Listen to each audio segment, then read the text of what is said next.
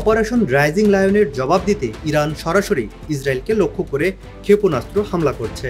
রাতের অন্ধকার চিরে একের পর এক ক্ষেপণাস্ত্র আঘাত হানে রাজধানী তেল আবিব ও আশপাশের এলাকায়। প্রায় ৩০০টি মিসাইল ও অসংখ্য ড্রোন নিয়ে শুরু হওয়া এই অভিযানকে অপারেশন ট্রু প্রমিস 3 হিসেবে আখ্যায়িত করেছে তেহরান।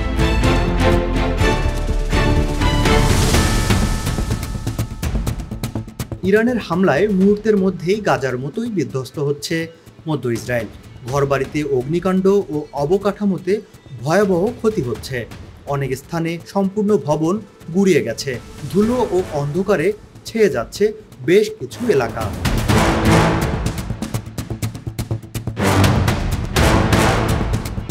প্রায় ২০০০ কিলোমিটার পথ অতিক্রম করে আসা এই মিসাইলগুলোর আঘাতে রাতারাতিই পাল্টে যাচ্ছে তেল আবিব ও আশপাশের অনেক স্থাপনার চেহারা। যে ঘরগুলো ছিল সাজানো গোছানো, মুহূর্তের মধ্যেই তা পরিণত হচ্ছে ধ্বংসস্তূপের ভাগাড়ে।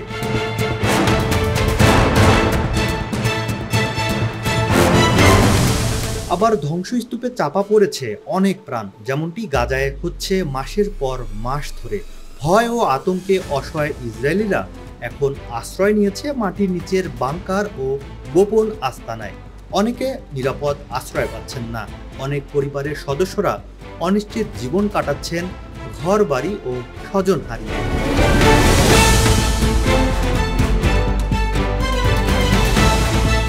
বিশ্লেষকরা বলছেন যে ভয় ও দুর্দশা গাজার মানুষ বহুদিন ধরে সহ্য করে এসেছে, তা এবার স্পষ্ট হচ্ছে ইসরায়েলিদের জীবনেও। ঘর হারানো, নিরাপত্তাহীনতা ও অনিশ্চিত জীবন যে কারোর জন্যই অসহনীয়, তা এবার হারে হারে টের পেতে শুরু করেছে ইসরায়েলিরা।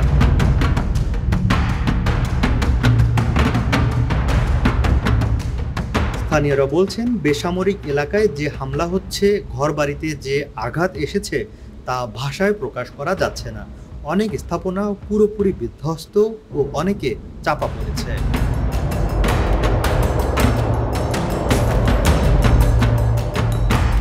ধ্বংস ও অনিশ্চয়তায় ঘর ছেড়ে আশ্রয় কেন্দ্রে যাচ্ছে অসংখ্য পরিবারের সদস্যরা।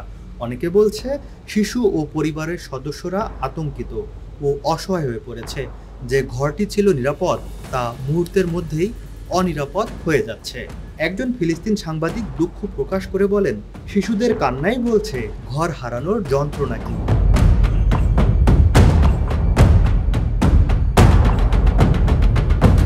ইরানের হামলায় আতঙ্ক ও অনিশ্চয়তা গ্রাস করেছে সমগ্র ইসরায়েলকে। টানা ১.৫ বছর গাজায় যে দুর্দশা চলেছে তা এবার অনেকটাই মিলে যাচ্ছে ইসরায়েল ও ইহুদিদের জীবনে।